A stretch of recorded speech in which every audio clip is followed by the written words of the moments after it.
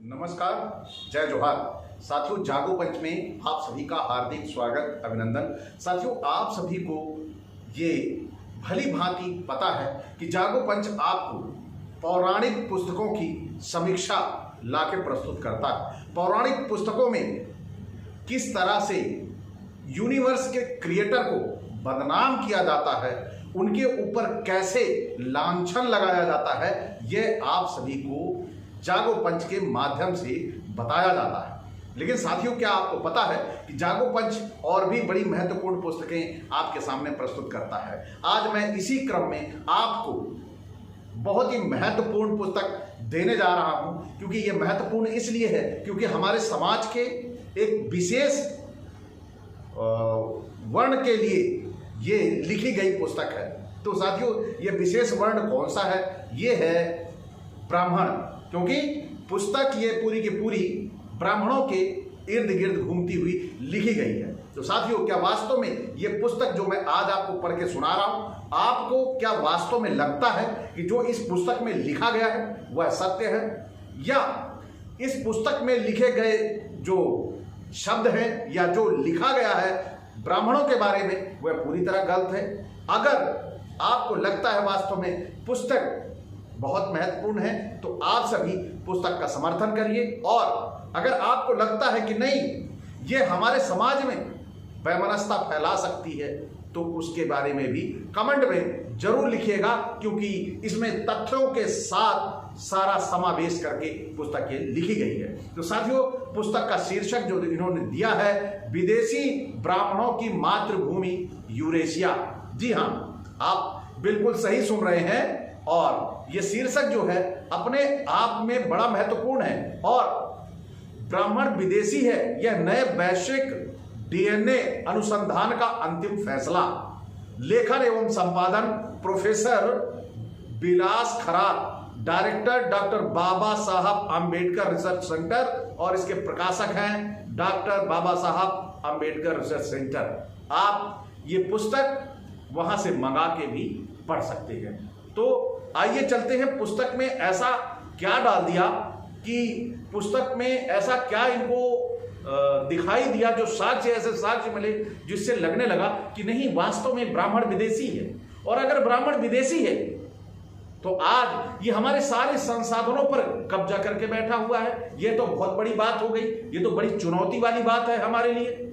और अगर चुनौती वाली बात है, कैसे है चुनौती, वास्तव में आपसे सवाल भी किए जाएंगे, क्योंकि आप उस एक जाति वर्ग पे आवाज उठा रहे हैं जो जाति अपने आप को भारतीय होने का दम्भ खंभ भरती है और हिंदू होने में सबसे पहले आगे आके खड़ी होती है और दूसरों को हिंदू बनने के लिए प्रेरित भी करती है। साथियों, मजेदार पुस्तक है, इसे पढ़ने के बाद आप सभी को बड़ा मजा आने वाला है। तो आइए चलते हैं पुस्तक की ओर। और पुस्तक का ये जो मैं जो आपको पढ़ के सुनाऊंगा वह वामन मेश्राम का लिखी हुई प्रस्तावना है। सबसे पहले मैं आपको प्रस्तावना ही सुनाऊंगा, क्योंकि जब आप प्रस्तावना सुनेंगे तो पूरी पुस्तक आईने की तरह साफ हो जाएगी। इसमें वामन मेश्राम जी ने क्या ऐसी प्रस्तावना लिख दी है जो पुस्तक महत्वपूर्ण बन जाती है। तो आइए चलते हैं पुस्तक की ओर। प्रस्तावना में लिखा है, विदेशी ब्राह्मणों की मातृभूमि यूरेशिया।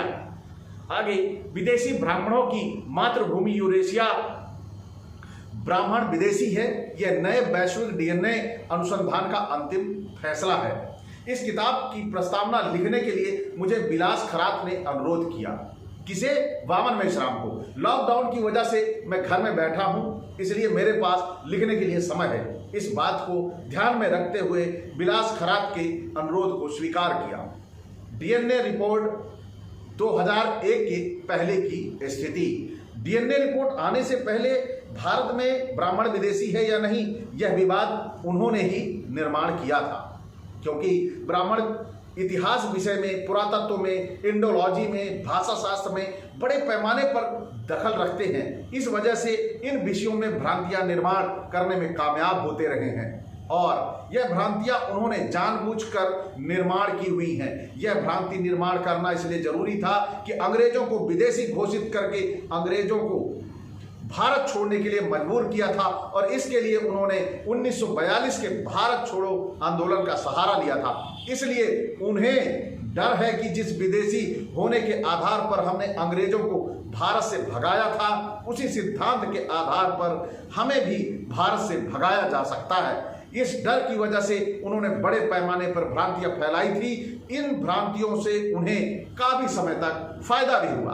तो साथियों, निष्कर्ष करने का, जांचने का, समझने का विषय है ये, क्या वास्तव में ये वामन मेश्राम जी सही कह रहे हैं या गलत कह रहे हैं, या जो साक्ष्य दे रहे हैं वो साक्ष्य सही है।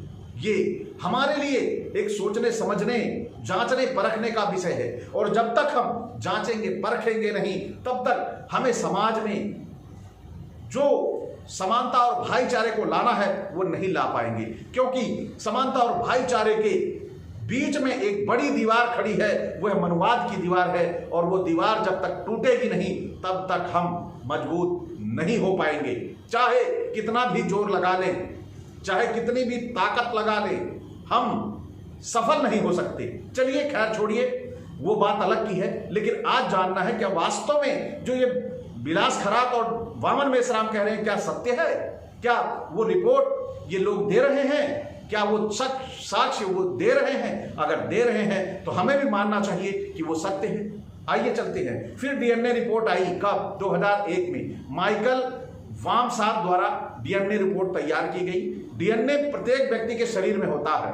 इसके आधार पर हजारों साल पहले के आपके पुरखे कौन थे, इसका पता किया जा सकता है। माइकल वामसार ने सारी दुनिया के लोगों का डीएनए इकट्ठा किया और ब्राह्मण, क्षत्रिय और वैश्यों का डीएनए सारी दुनिया से मिलाया तो पता चला कि ब्राह्मणों का डीएनए यूरेशिया के लोगों से मिलता है। और इससे सिद्ध हुआ कि ब्राह्मण भारत के मूल निवासी नहीं हैं, वे लोग यूरेशिया में रहने वाले विदेशी लोग हैं। यूरेशिया भौगोलिक क्षेत्र के तौर पर काला सागर के पास बसा हुआ है। इस तरह से ब्राह्मण विदेशी है, यह सिद्ध हो गया। फिर अब या तो खड़बड़ी का, बहुत खड़बड़ी वाली बात होगी, बड़ी दिक्कत वाली बात हो, लेकिन फिर पूरी प्रस्तावना पढ़ ले, उसके बाद हम निष्कर्ष निकालते हैं। क्योंकि बीच में बोलना, पुस्तक में जो लेख है उसमें थोड़ा व्यवधान आएगा। तो ब्राह्मणों पर परिणाम, क्या परिणाम आया इस रिपोर्ट का? भारत में ब्राह्मणों पर बहुत गंभीर परिणाम हुआ। 2004 में एक गैर ब्राह्मण सरदार को, जिसका नाम मनमोहन सिंह था, उसको प्रधानमंत्री बनाया। जबकि प्रधानमंत्री के लिए सबसे ज्यादा योग्य व्यक्ति प्रणब मुखर्जी थे, मगर बंगाली ब्राह्मण थे। प्रधानमंत्री पद का कार्यभार पर्दे के पीछे से प्रणब मुखर्जी ही देख रहे थे, मगर दुनिया को दिखाने के लिए मनमोहन सिंह को सामने रखा गया था। 2014 में आरएसएस के ब्राह्मणों के पास प्रधानमंत्री पद के लिए सुषमा स्वराज योग्य व्यक्ति होने के बावजूद भी नरेंद्र मोदी को प्रधानमंत्री पद का चेहरा बनाया और सत्ता पर बिठाया। मगर दिखाई यह दे रहा है कि पर्दे के पीछे सारे सत्ता सूत्र ब्राह्मणों के पास हैं। ये दो बड़ी घटनाएं सिद्ध करती हैं कि डीएनए रिपोर्ट ने ब्राह्मणों के सोचने समझने पर काफी गंभीर परिणाम किया। राखी गढ़ी का डीएनए, हरियाणा में राखी गढ़ी है, वहां के डीएनए की रिपोर्ट भी क्या सिद्ध कर रही है, इसका भी इन्होंने प्रमाण दिया है। हरियाणा में राखी गढ़ी में काफी पुराने कंकाल मिले। उस समय केंद्र में आरएसएस के ब्राह्मणों की सरकार थी, उन्होंने इसे अवसर माना और राखी गढ़ी में अपना डीएनए मिलने की आशा की, मगर वहां भी ब्राह्मणों का भारतीय डीएनए उपलब्ध नहीं हुआ। उस रिपोर्ट को बसंत सिंधे द्वारा, जो डेक्कन कॉलेज के पूना के डीन थे और राखी गढ़ी प्रोजेक्ट के प्रमुख थे, उनको दबाव में लेकर उस रिपोर्ट को बदलने की कोशिश की, उसमें उनको कामयाबी नहीं मिली। बसंत सिंधे ने जो रिपोर्ट तैयार की वह लगभग 17 पेजेस की थी और विदेशी मैगजीन में पब्लिश हुई। उस रिपोर्ट में ब्राह्मणों का डीएनए भारतीय है ऐसा नहीं बताया, मगर आरएसएस के ब्राह्मणों ने बसंत सिंधे को मैनेज किया और टीवी पर इंटरव्यू दिलवाया, वहां उसके द्वारा कहलवाया कि ब्राह्मणों का डीएनए भारतीय है। इसके बदले बसंत सिंधे को एक पद ऑफर किया। आज बसंत सिंधे बहुत बड़े रिसर्च इंस्टीट्यूट के डायरेक्टर बना दिए गए। ब्राह्मणों ने बसंत सिंधे के द्वारा जो बयान दिलवाया, उस बयान के बदले में बसंत सिंधे को लालच दिया। यह बात सिद्ध होती है, इससे यह सिद्ध होता है कि टीवी पर टीवी पर बसंत सिंधे द्वारा दिया गया बयान झूठा है। हम लोगों ने बसंत सिंधे को लीगल नोटिस दिया हुआ है। बसंत सिंधे के विरोध में हम कभी भी कोर्ट में केस दायर कर सकते हैं, ऐसा बामन मेश्राम कह रहे हैं। और देखिए, विदेशी शोधकर्ताओं ने सिंधे के बयान को नकार दिया। इस शोध कार्य पर दुनिया भर के विद्वानों की नजर लगी हुई थी। किस पे? जो राखी गढ़ी पे जो कंकाल मिले थे और जो डीएनए मिला था ब्राह्मणों का, उस पे पूरे देश के वैज्ञानिकों की निगाह लगी थी। जब बसंत सिंधे ने ऐसा झूठा बयान दिया तो दुनिया के 100 से ज्यादा डीएनए वैज्ञानिकों ने बसंत सिंधे की बात को नकार दिया। ब्राह्मणों के लिए यह बात बहुत धक्कादायक थी। ऐसी स्थिति में भारत में ब्राह्मणों की सामाजिक राजनैतिक स्थिति बड़े पैमाने पर डामाडोल हो सकती है। ऐसा खतरा ब्राह्मणों को महसूस हुआ। बसंत सिंधे के बयान को नकार देने के लिए 100 से ज्यादा लोगों ने बयान दिया। वह ब्राह्मणों के लिए बहुत खतरनाक है। उनका कहना है कि यूरेशिया के जिन लोगों ने यूरोप में हिंसा का तांडव किया, उन्हीं लोगों ने भारत में भी हिंसा का तांडव किया। वहां की संस्कृति को, लोगों को हिंसा के द्वारा तहस नहस किया। यह बातें उन्होंने शोध में सामने लाई। वह बहुत ही भयंकर बातें हैं। इससे सिद्ध होता है कि भारत में ब्राह्मणों का वर्चस्व हिंसा की वजह से है। हिंसा के द्वारा वर्चस्व स्थापित किया है। केवल प्राचीन समय में सिंधु घाटी सभ्यता को ही नष्ट नहीं किया, बल्कि उस संस्कृति को और शांति प्रिय लोगों को भी नष्ट किया। बाद में बुद्ध की क्रांति के बाद जो मूल निवासियों ने अपना साम्राज्य चंद्रगुप्त मौर्य और सम्राट अशोक मौर्य के द्वारा विशाल साम्राज्य स्थापित किया, भारत को दुनिया में महान बनाया, उस साम्राज्य को भी हिंसा के द्वारा नष्ट किया। यह बात सम्राट बृहदत्त की हत्या पुष्यमित्र शुंग के द्वारा की इससे स्पष्ट होता है। इस उदाहरण से सिद्ध होता है कि इसके द्वारा भारत के मूल निवासियों पर इस प्रतिक्रांति के बाद वर्ण व्यवस्था, जाति व्यवस्था, अस्पृश्यता, 52% ओबीसी पर शूद्रत्व थोपा जाना, नोमैडिक ट्राइब्स के लोगों को बहिष्कृत करना और आदिवासियों को जंगलों में रहने के लिए मजबूर करना और महिलाओं को दास बनाना संभव हुआ। यह व्यवस्था हिंसा के द्वारा भारतीय लोगों पर थोपी गई व्यवस्था है। इतना ही नहीं, दिनांक 9 अगस्त 1942 को भारत छोड़ो आंदोलन चलाया गया। उसमें भी ब्राह्मणों ने भारत पर हिंसा द्वारा अपना वर्चस्व स्थापित किया। आजाद भारत में हिंसा के द्वारा मुसलमानों के विरोध में 65,000 फसादात करवाकर हिंसा का सहारा लेकर मूल निवासियों लोगों को अपना गुलाम बनाया।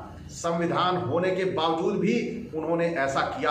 ये सारे उदाहरण इस बात को सिद्ध करते हैं कि हिंसा ब्राह्मणों का अस्थायी स्वभाव है। इसलिए भारत के मूल निवासियों को आजादी कैसे मिलेगी, यह बहुत बड़ा प्रश्न है। भारत पर ब्राह्मणों ने हिंसा के द्वारा कब्जा किया। और इस आप सभी सुन रहे हैं बड़े ध्यान से, क्योंकि इसमें सब सारे साक्ष्य मौजूद हैं। और जब साक्ष्य मौजूद है तो निश्चित तौर पर हमें चिंतन मनन करना होगा, सोचना होगा, इस पर निर्णय करना होगा। क्या वास्तव में जो लिखा गया है इसको जाके हमें चेक करना चाहिए, और अगर सही है तो वास्तव में इस पुस्तक को समाज में प्रचारित और प्रसारित करना चाहिए। आइए, भारत पर ब्राह्मणों ने हिंसा के द्वारा कब्जा किया शीर्षक से आगे क्या लिखा है वो मैं आपको बताता हूं। दिनांक 9 अगस्त 1942 को ब्राह्मणों ने हिंसा के द्वारा कब्जा करने की कोशिश की। मुसलमानों की वजह से यह करना संभव नहीं हो रहा था। यही वजह है ब्राह्मणों ने भारत पर कब्जा करने के लिए भारत का विभाजन किया और पाकिस्तान बनाया। अनुसूचित जाति और जनजाति के लिए भारत में सेपरेट इलेक्टोरेट के द्वारा सत्ता में हिस्सेदारी हासिल करके आजादी मिल सकती थी। वह आजादी ना मिल सके, इसलिए उन्होंने अंग्रेजों के साथ गुप्त समझौता किया।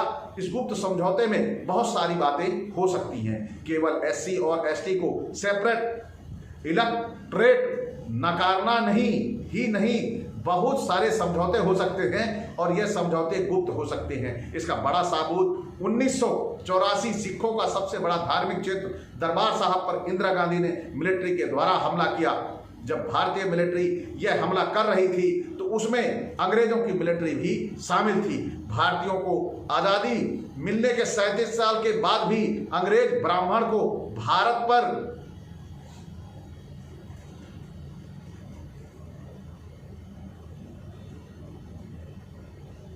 कब्जा बनाए रखने में मदद क्यों कर रहे थे। यह उदाहरण उस गुप्त सौदेबाजी को सिद्ध करता है। यह घटना भी हिंसा के द्वारा घटित घटना थी। संक्षेप में ब्राह्मणों ने भारत पर हिंसा के द्वारा कब्जा किया हुआ है। इस कब्जे को बनाए रखने के लिए देशद्रोह का भी काम किया है। भारत का विभाजन इस बात का सबूत है। तो आप सभी को बड़ी अच्छी जानकारी मिल रही है और इस जानकारी के साथ इस प्रस्तावना में आपके सामने एक बहुत बड़ी चुनौती और बहुत बड़ा संदेश है और उस संदेश को आप जानें, समझें। फिर आगे क्या लिखते हैं इसमें वामन मेश्राम जी, मूल निवासियों की जागृति। जैसे जैसे मूल निवासियों की जागृति बढ़ रही है और ब्राह्मणों का विदेशी होना सिद्ध ही नहीं हो रहा है बल्कि करोड़ों लोगों को मालूम भी हो रहा है कि ब्राह्मण हमें गुलाम बनाकर रखना चाहते हैं, इसलिए भारत में ब्राह्मण विरोधी जागृति, संगठन, आंदोलन बढ़ रहे हैं।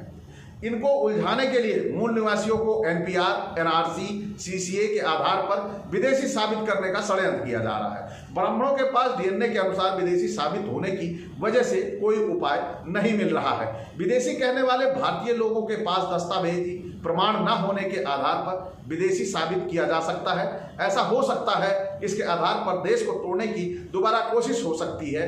इस परिस्थिति में मूल निवासियों को जल्द से जल्द जागृत होने की और अपनी आज़ादी हासिल करने की जरूरत है। दोबारा भारत के विभाजन को पूरी ताकत से रोकने की जरूरत है। उपरोक्त किताब पर और भी बहुत कुछ कहा जा सकता है, मगर अब इतना ही लिखना चाहता हूं। मुझे विलास खरात ने प्रस्तावना लिखने के लिए अनुरोध किया और अवसर दिया, इसके लिए विलास खरात को धन्यवाद। वामन मेश्राम, राष्ट्रीय अध्यक्ष, वाम से, नई दिल्ली। ये लेख जो पुस्तक पढ़ी मैंने, प्रस्तावना पढ़ी, ये लेख वामन मेश्राम के लिखे थे। तो वामन मेश्राम ने क्या सच कहा है? क्या वास्तव में आप सभी की समझ में ये आता है कि वास्तव में कोई हमें गुलाम बनाना चाहता है? कौन हमें शूद्र बना के रखना चाहता है? कौन हमें जाति से छोटा बना के रखना चाहता है?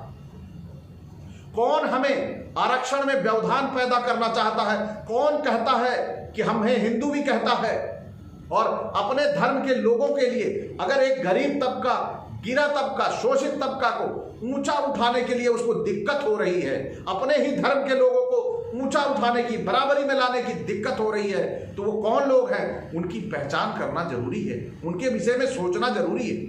तो ये पुस्तक वास्तव में समझ में आता है कि बड़ी काबिले तारीफ है और आप सभी इस पुस्तक को मंगाइए और पढ़िए। प्रस्तावना ने ही बता दिया कि आगे कितना बड़ा जखीरा मिलने वाला है।